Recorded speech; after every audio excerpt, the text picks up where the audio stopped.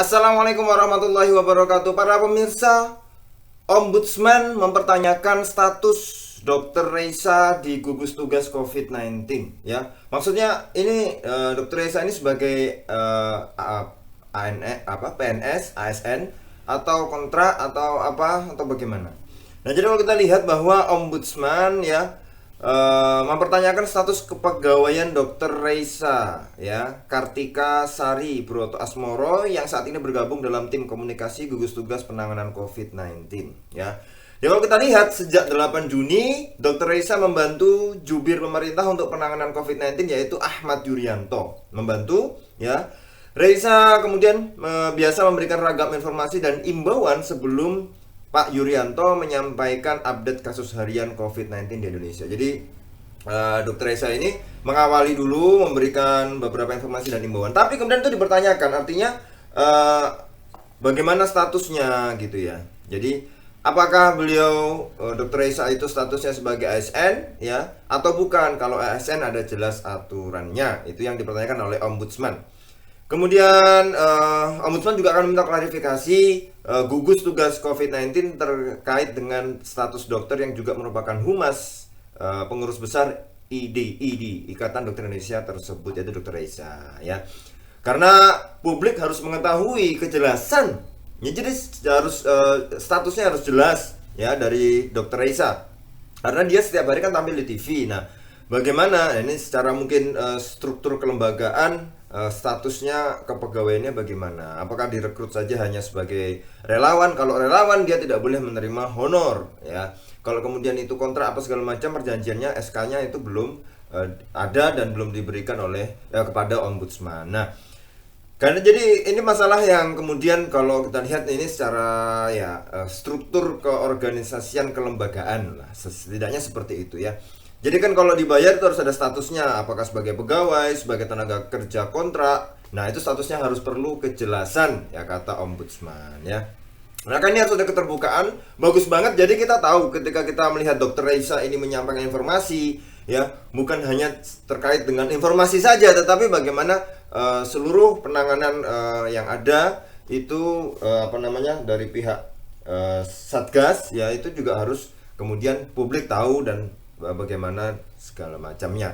Memang beberapa hari sebelumnya ketika pertama kali Dr. Reysa ini muncul, maka warganet ini bingung. Bingung itu artinya ribut ya. Wah, Dr. Reysa nih, Dr. Reysa. Tetapi sebaiknya kalau kita mau melihat bahwa apa yang disampaikan oleh Dr. Reysa ini berupa himbauan, dan ini karena beliau sudah masyhur atau sudah terkenal di masyarakat, di warga medsos, netizen dan lain sebagainya, di TV juga sering tampil dan merupakan tokoh publik. Maka mungkin kalau saya lihat bahwa beliau ini adalah tugasnya menyampaikan himbauan-himbauan agar lebih mudah diterima dan dicerna oleh masyarakat. Karena Dr. Reysa sendiri kemudian bisa menyampaikan sesuatu, tapi kalau yang menyampaikan Dr. Reysa mungkin dan kemungkinan ya itu masyarakat lebih ingat gitu ya, karena yang menyampaikan Dr. Reysa gitu kan. Oh iya dok ya kan gitu, di rumah sambil para bapak ibu sekalian, para masyarakat mohon menggunakan masker. Nah itu di rumah di depan TV ngomong, oh iya dok siap dok. Nah, karena yang ngomong Dr. Reysa gitu loh ya.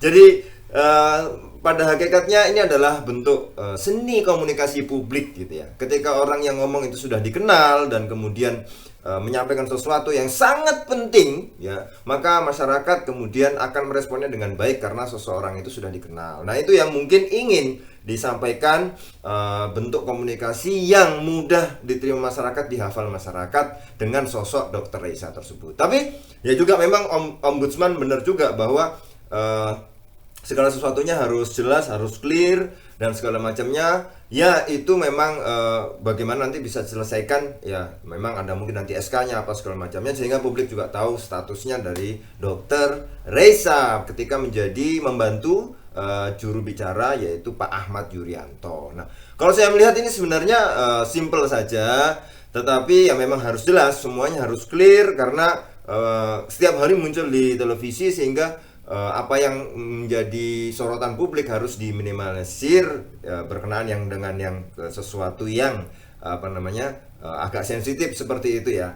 sesuatu yang mungkin itu dinilai harus clear gitu ya. Tapi ya itu bisa diselesaikan, nanti Satgas bisa buat SK dilaporkan ke Ombudsman bagaimana konsepnya. Tetapi yang jelas bagaimana sekarang kita ini saling gotong royong untuk bisa melawan pandemi ini semua bersama-sama, sehingga bentuk komunikasi penyampaian itu agar cepat terdistribusi di masyarakat dan cepat dihafal masyarakat, cepat diingat, dan jangan lupa para pemirsa dilaksanakan. Jadi ketika ada Dokter Reza ngomong ya jangan cuma iya dok gitu aja, tapi tetap juga harus dilaksanakan, sehingga ini menjalin suatu kerjasama yang baik. Bagaimana himbauan pemerintah, masyarakat itu saling bisa berjalan seiringan seirama. Oke para pemirsa, kita berdoa mudah-mudahan pandemi ini cepat berakhir sehingga kita bisa beraktivitas sebagaimana mestinya sebelum ada pandemi ini, dan mudah-mudahan seluruh pemirsa dan keluarganya yang menonton video ini semua sehat selalu, terhindar dari pandemi wabah penyakit ini semuanya, dan sehat. Amin Allahumma amin. Dan jangan lupa berdoa untuk keselamatan di dunia dan akhirat. Wassalamualaikum warahmatullahi wabarakatuh.